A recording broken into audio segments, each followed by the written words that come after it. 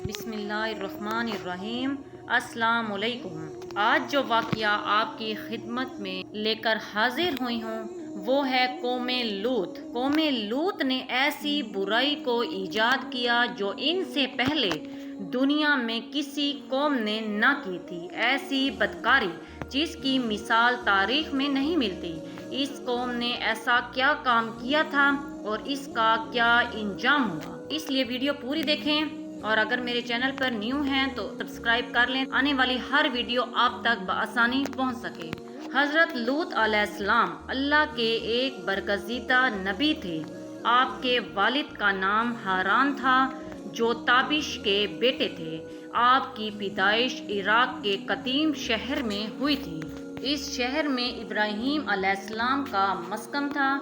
دراصل لوط علیہ السلام کے والد حاران حضرت ابراہیم علیہ السلام کے سگے بھائی تھے۔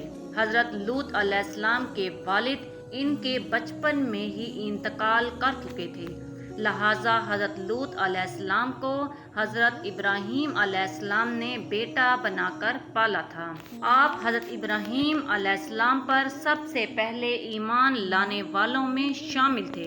آپ حضرت ابراہیم کے زمانے میں اہل سدوم کی رہنمائی کے لیے نبوت کے منصب پر فائز ہوئے۔ حضرت لوط علیہ السلام کے بہت سارے معجزات ہیں۔ آپ جس وقت بارش کے لیے دعا کرتے تھے تو آسمان بادلوں سے بھر جاتا اور خوب بارش ہوتی۔ حضرت لوط علیہ السلام جس پتھر پر سر رکھ کر سوتے تھے اس پتھر پر آپ کے سر مبارک کا نشان بن جاتا تھا۔ سدوم وہ علاقہ تھا جہاں لوط علیہ السلام مبعوث فرمائے گئے۔ سدوم کے آس پاس 5 نہایت ہی خوبصورت شہر آباد تھے جن میں سے ہر ایک کی آبادی 1 لاکھ سے زیادہ تھی۔ یہ علاقے نہایت سرسبز، شاداب اور قدرت کی پیازی کا حسین شاہکار تھے۔ یہاں باغات کی کثرت تھی، لہلہاتی کھیتیاں یہاں کی ضرورت سے زیادہ تھی۔ اردن، شام اور اسرائیل کے درمیان میں بسا ہوا یہ علاقہ نہایت ہی زرخیز تھا۔ وہاں طرح طرح کے اناج، پھل، میوے بکثرت پیدا ہوتے تھے۔ یہی وجہ تھی کہ آس پاس کی بستیوں کے لوگ اپنی معاشی اور غذائی ضروریات کے لیے ان بستیوں کی طرف آتے تھے، مگر یہ بات اہل سدوم کے لوگوں کو بالکل بھی پسند نہ تھی۔ ان کے خیال میں ان کی بستیوں میں پیدا ہونے والے پھلوں اور اناج اور سبزیوں پر صرف انہی کا ہی حق تھا۔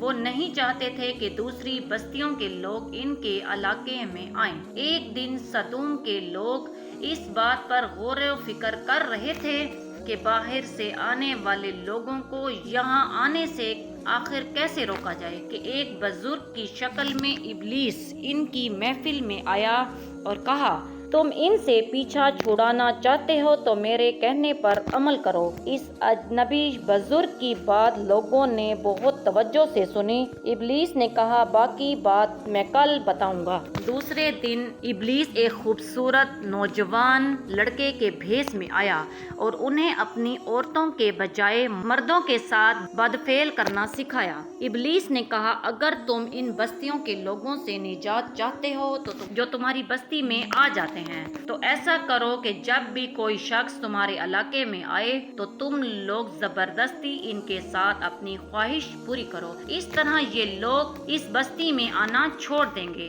اپنی نفسیاتی خواہشات کے لیے مردوں سے بدفعلی اس قوم کا دستور بن گیا تھا۔ یہاں بے حیائی عام ہو گئی تھی۔ حکمران، سردار، ہر طبقے میں، گھر گھر میں یہ عمل پھیل گیا تھا۔ بھری محفل میں یہ لوگ اس فحاشی کے اس کام کو کر کے خوش ہوتے تھے۔ کوئی بھی محفل اس کام کے بغیر ادھوری سمجھی جاتی تھی۔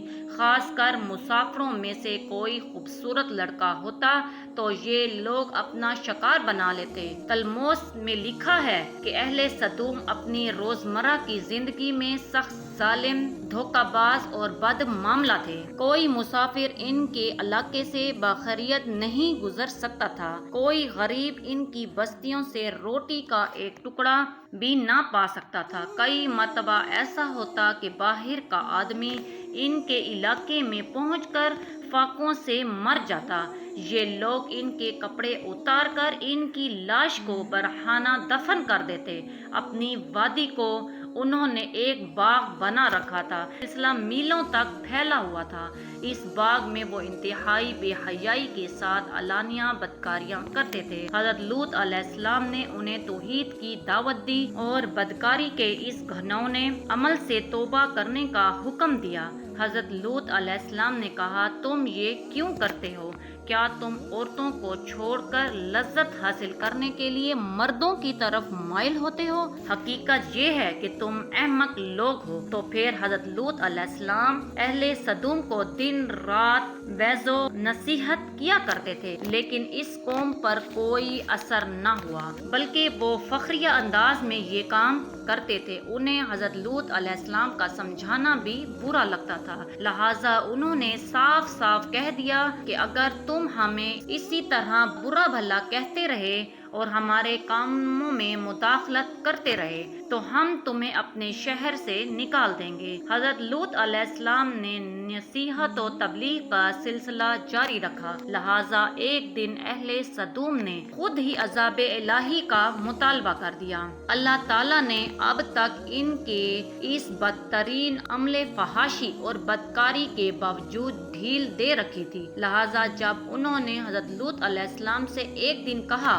اگر تم سچے ہو تو ہم پر عذاب لے آؤ، لہٰذا ان پر عذاب الہی کا فیصلہ ہو گیا۔ اللہ نے اپنے خاص فرشتوں کو دنیا کی طرف روانہ کر دیا۔ یہ فرشتے دراصل حضرت میکائیل، جبرائیل اور حضرت اسرافیل علیہ السلام تھے۔ پھر یہ فرشتے حضرت لوط علیہ السلام کے گھر تشریف لائے۔ حضرت لوط علیہ السلام نے جب ان خوبصورت نوعمر لڑکوں کو دیکھا تو سخت گھبراہٹ اور پریشانی میں مبتلا ہو گئے۔ انہیں خطرہ محسوس ہونے لگا کہ اگر ان کی قوم کے لوگوں نے انہیں دیکھ لیا تو نہ جانے وہ ان کے ساتھ کیا سلوک کریں گے۔ حضرت لوط علیہ السلام کی بیوی کا نام وائلا تھا۔ اس نے آپ پر ایمان نہیں لایا تھا۔ وہ دراصل منافقہ تھی اور کافروں کے ساتھ ملی ہوئی تھی، لہٰذا اس نے جا کر اہل سدوم کو یہ خبر دے دی کہ لوط کے گھر نوجوان لڑکے ٹھہرے ہوئے ہیں۔ یہ سن کر بستی والے دوڑتے ہوئے آئے، حضرت لوط علیہ السلام کے گھر پہنچے۔ حضرت لوط علیہ السلام نے کہا کہ یہ جو میری قوم کی لڑکیاں ہیں یہ تمہارے لیے جائز اور پاک ہیں۔ اللہ سے ڈرو، مجھے میرے مہمانوں کے سامنے رسوا نہ کرو۔ کیا تم میں سے کوئی بھی شائستہ آدمی نہیں؟ حضرت لوط علیہ السلام کی بات سن کر وہ لوگ بولے، تم بخوبی واقف ہو کہ ہمیں اپنی بیٹیوں سے کوئی حاجت نہیں، جو ہماری اصل چاہت ہے اس سے تم بخوبی واقف ہو۔ قوم لوط کے اس شرمسار جواب سے اندازہ لگایا جا سکتا ہے کہ وہ فعل بد میں کس حد تک مبتلا ہو چکے تھے۔ جب حضرت لوط علیہ السلام کی قوم ان کے گھر کی طرف دوڑتی ہوئی آئی تو حضرت لوط علیہ السلام نے گھر کے دروازے بند کر دیے اور ان نوجوانوں کو ایک کمرے میں چھپا دیا۔ ان بدکار لوگوں نے آپ کے گھر کو گھیراؤ کیا ہوا تھا۔ ان میں سے کچھ گھر کے دیوار پر چڑھنے کی کوشش کر رہے تھے۔ حضرت لوط علیہ السلام اپنے مہمانوں کی عزت کے خیال سے بہت زیادہ گھبرائے ہوئے تھے۔ فرشتے یہ سب منظر دیکھ رہے تھے۔ جب انہوں نے لوط علیہ السلام کی بے بسی اور پریشانی کا یہ عالم دیکھا تو حقیقت سے پردہ اٹھاتے ہوئے یوں فرمایا، اے لوط، ہم تمہارے رب کے بھیجے ہوئے فرشتے ہیں، یہ لوگ ہرگز تم تک نہیں پہنچ سکیں گے۔ ابھی کچھ رات باقی ہے تو آپ اپنے گھر والوں کو لے کر چلے جاؤ اور تم میں سے کوئی شخص پیچھے مڑ کر نہ دیکھے۔ اہل سدوم حضرت لوط علیہ السلام کے گھر کا دروازہ توڑنے پر باضد تھے۔ حضرت جبرائیل علیہ السلام نے گھر سے باہر نکل کر اپنے پر کا ایک کونا انہیں مارا، جس سے ان کی آنکھوں کے ڈیلے باہر نکل آئے اور بصارت ظاہر ہو گئی۔ یہ خاص عذاب ان لوگوں کو پہنچا جو حضرت لوط کے پاس بدنیتی سے آئے تھے۔ حضرت لوط علیہ السلام حقیقت حال جان کر مطمئن ہوئے اور اپنے گھر والوں کے ساتھ رات کو ہی نکل کھڑے ہوئے، لیکن پھر بھی ان کی بیوی ان کے ساتھ تھی، لیکن کچھ دور جا کر وہ واپس اپنی قوم کی طرف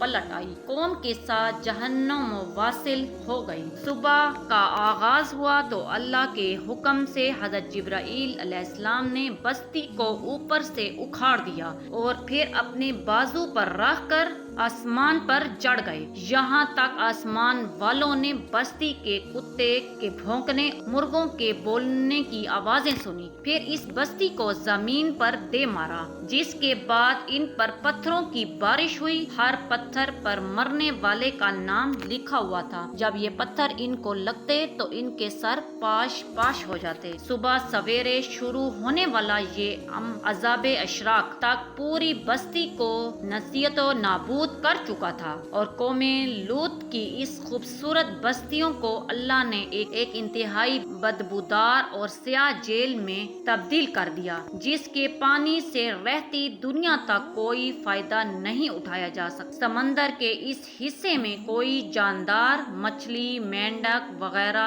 زندہ نہیں رہ سکتا، اسی لیے اسے ڈیڈاسی یعنی بحر مردار کہا جاتا ہے، جو اسرائیل اور اردن کے درمیان واقع ہے۔